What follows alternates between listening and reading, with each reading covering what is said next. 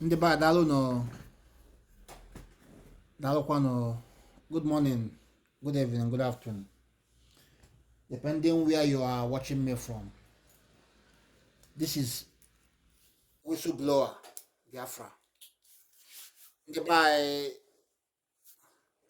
although it's no more a news that our leader Nnamdi Kanu, the leader of indigenous people of Biafra, was in court on the 13th of September. We all know we all see how it went, We thank God that now final, my brother, my people, you don't say it.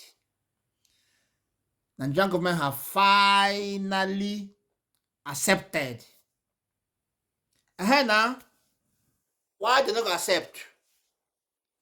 Tell me why wouldn't they accept that Nnamdi Kanu was forcefully adopted in Kenya? My brother, you don't say it.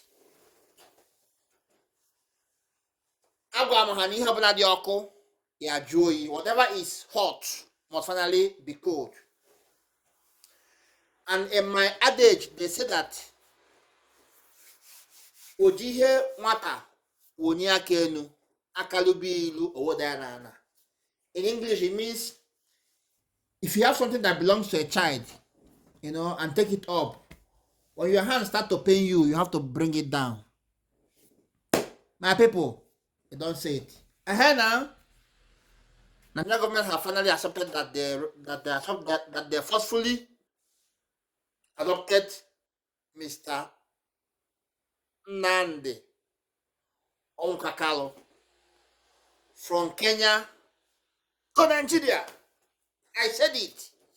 Because tell me, there is no way you will escape from this fact. This is a pure fact.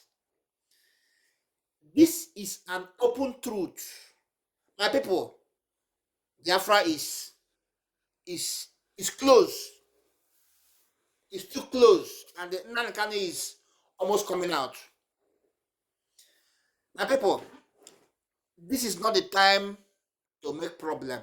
This is not the time to fight. This is not the time to insult anybody. Keep praying to God. Keep praying to Chukwu Kabiama. He is doing his work. All our prayers is being answered. He have heard all our cries. Chukwu Okike Abiyama have heard our cries. He have heard our cry. Now, what is left? The next court, let me go to what happened. After the legal firework in the court with Ipob legal team, what is their name? What is this man name? Ozokome, Sam, Ifeanyi Ejiofor, Aloysius, and some other legal guys that are working for Ipob. We need to thank them very, very, because they did a very marvelous job in this case. You will soon see the video of what happened. My brother, my sister, Biafra na inso. Nka boss na agbawa no mgba na nka, my people. That's the mgba na nka nwanne na Biafra anatago like Sampego n'egwu. Biafra ndewo, Biafra is here. Biafra have finally arrived, because now with the court accepting that Nigerian government forcefully adopted Nnamdi Kanu from Kenya to Nigeria, what else is left? Everything is finished now. The case have, in fact, it go and short. Because now, if you take the law of UN, according in terms of adoption of people, you cannot just go to a country and adopt somebody. Man, you're not carrying a wood. You're carrying a human being. You are carrying a human being, not a log of wood, man. You have to go through the court process before you can take this person from one country to another. But Nigerian government never did that. They went to Kenya, collided with Kenyan authorities, some set of guys from Kenyan security force. Nnamdi Kanu was adopted. In fact, let me give you a brief of how Nnamdi Kanu was adopted. What happened, step by step, what took place. According to the information I was able to gather from my contact in Kenya. Okay, Nnamdi Kanu arrived in Kenya for a certain discussion, concerning Biafra, So he rented a house. He's waiting for some people that they are coming to have this meeting together, Then he bought a car. He have a small car, a one-door car. Then Nnamdi Kanu, then they have a meeting that the Nnamdi Kanu was supposed to go and pick them at the airport that day. Excuse me. So that night, Nnamdi Kanu went to the airport to pick them as they discussed, Then Nnamdi Kanu was supposed to park in the underground where he parked his car. On him stepping out of his car, Nnamdi Kanu was a kind of rush with about 10 guys, man. The rushed Nnamdi Kanu and took him, and they bundled him down, beat him, all sort of things, These are all the plans of Nigerian government, But we know that Nnamdi Kanu was betrayed by some of his close friends or close people working with him in the airport, because as now other about here, also a nkete, as no okay no gwanket didn't know that now so the nangiga. So what happened to Nnamdi Kanu was from his close friends working with. But thank God today, in fact, okay, let me just finish. After the whole thing, Nnamdi Kanu was shouting. Nobody could help him, He was telling them whom he was, because Nigerian government told them that this guy is a criminal, a terrorist. He came to bomb Kenya, blah blah blah. Some sort of nonsense stories, So as Nnamdi Kanu was shouting, these people doesn't want to hear. They have to, after everything, beating and they bundle him to a house. From there, torturing, blah blah. Fast forward, Nnamdi Kanu was brought to Nigeria on 27th. But today, there was an breaking judgment. For the court and the Nigerian government to accept that Nnamdi Kanu was forcefully taken from Kenya, case is over. The case is over. We are waiting for the next case, which will be the final judgment of this case. Nnamdi Kanu will be home. Anyway, let me leave you so that you can hear directly from the lawyers that went to this case today. Please share this message. Also help us with stars, and give us your comment at the comment section. Thank you very much. See you in the next video. Just watch the video and hear from the lawyers of Nnamdi Kanu. Thank you very much. Ụlọikpe nke taa dịka anyị na-ele anya tụfuo ikpe taa, ọ pụtara na ikpe nke high court agwụla. Onye nke high court na-eche ka amara ihe onye nke a ga-eme. So etufuo ikpe agwụla. Obi dị anyị ụtọ ihu ị ga-ahụ onye ọ na obi dị onye ọ na-aṅụrị taa maka agbara ha n'anwụ taa. The emptiness of ihe ha bụrụ bịa court enweghị nọ n'ime ya. Ị ga-anwụrụ mmadụ na Kenya, you follow extradition law, you follow any law ịnwụta ya. And gịnị bụkwa ihe a na-azọ na mmadụ sinye ya justice si triti ya dịka esi wee triti onye nke ọzọ. Ọdịnihu na bi n'obodo 80% of appointment ndị ugwu were ya ọ wee kwuo ya mmadụ nwụọ ọkwa ihe maazị dị ekwu ihe onye isi ala kara ime ọkwa ileba ihe ndị ahụ anya nwatakịrị wee sisi mee ya ka ọ dị mma n'ụlọ ikpe anyị bịara taa. Obi dị anyị ụtọ na ihe niile a jụrụ enweghị ka ha zata.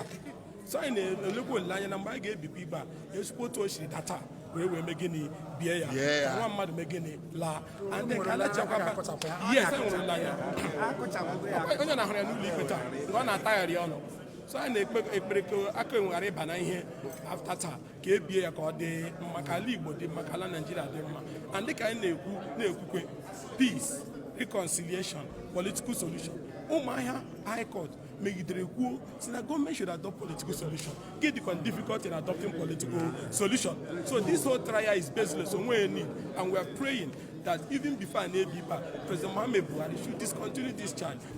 The truth is that the lower court tried in striking out 8 out of the 15 amended count charge. And we are here to say, intermediate court, court of appeal, strike out these remaining 7 counts. Because the lower court never calmly looked at the documentary evidence we placed before it. The respondent, the federal government, the DSS, they never responded to the critical issues we raised. That Nnamdi Kanu was forcefully abducted in Kenya and tortured and forcefully renditioned to Nigeria on the 27th of June, 2021. And we have cited several cases before the court in other jurisdictions to show that a person you have brought in forcefully cannot stand trial on counts that were existing before you brought him back, which did not amount to the offense you are now saying he has committed. And by the way, the Federal High Court Act, the Administration of Criminal Justice Act, and Supreme Court and Court of Appeal decisions say when you are charging a person for a criminal offense, you must state with particulars the place where he allegedly committed the offense, the time, the venue. But in this case, all the remaining 7 counts, they are saying 6 of them that Nnamdi Kanu made certain broadcasts. Broadcasts from where? From the spirit world, you did not tell us. From Ghostland, you did not tell us. And you know what they did? That was because in our earlier objection to the first charge, where they said he made the broadcast from the United Kingdom, they tried to run away from that by now saying he made the broadcast without stating where he made the broadcast from. And the law is that you cannot charge a person in such a vague and invasive manner. The Federal High Court does not have global jurisdiction over crimes allegedly committed in other parts of Nigeria. The only count that they mentioned a venue was one of the counts where he was accused of importing a transmitter and that it was accosted at Obolo Isuzo in Ihiala local government area of Anambra State. Of course, Ihiala local government area of Anambra State is not within the jurisdiction of the Federal High Court, such as to preside over the matter against Nnamdi Kanu in that respect. There is another point also, which is that he is being tried for allegedly committing these acts as a member or leader of Ipob. Because according to the federal government, Ipob has been banned or proscribed.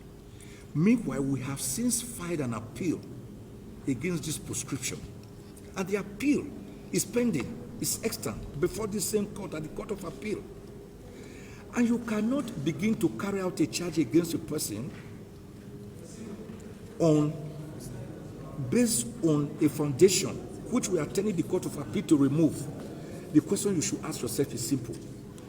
Were Nnamdi Kanu to be tried and convicted, God forbid, and the Court of Appeal later finds out or discovers that Ipob was illegally and unlawfully and wrongfully proscribed. What do you do about that? So we are saying the law is that they should wait under the doctrine of least pending. They should wait first for this court to determine the proscription of Ipob, whether it was lawful or illegal. And they are jumping the gun. So all in all, Nnamdi Kanu has no case against him at all.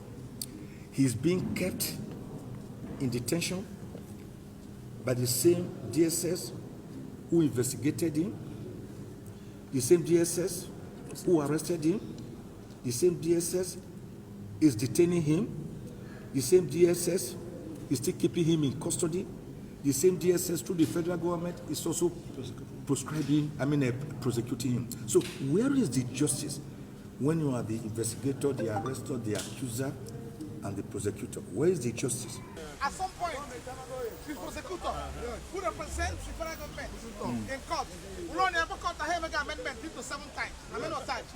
The court will say, oh, who never amendment touch to 7 times. What are you telling me? They never court. 7 times amendment of charge. Go soon, I have any case against them. Have no case. And the court will not to go to that. What's the high judgment? What's this or this? Hey, judgment against us, this. Cabron cannot go down. I am well, because no couldn't have a local top. I go and guess on the Kenya. But I don't bet they could have gone to have to then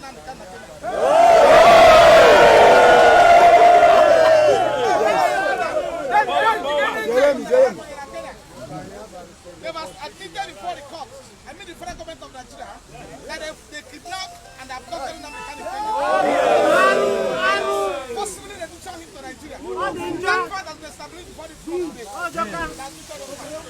So, man, the law is very simple. They man told him no go so. He told him no dey procedure. And they have to the over. So why never? They don't point to I'm gonna hear that chief of American. I go there. I will not tell you better. I know the man. I know man is so.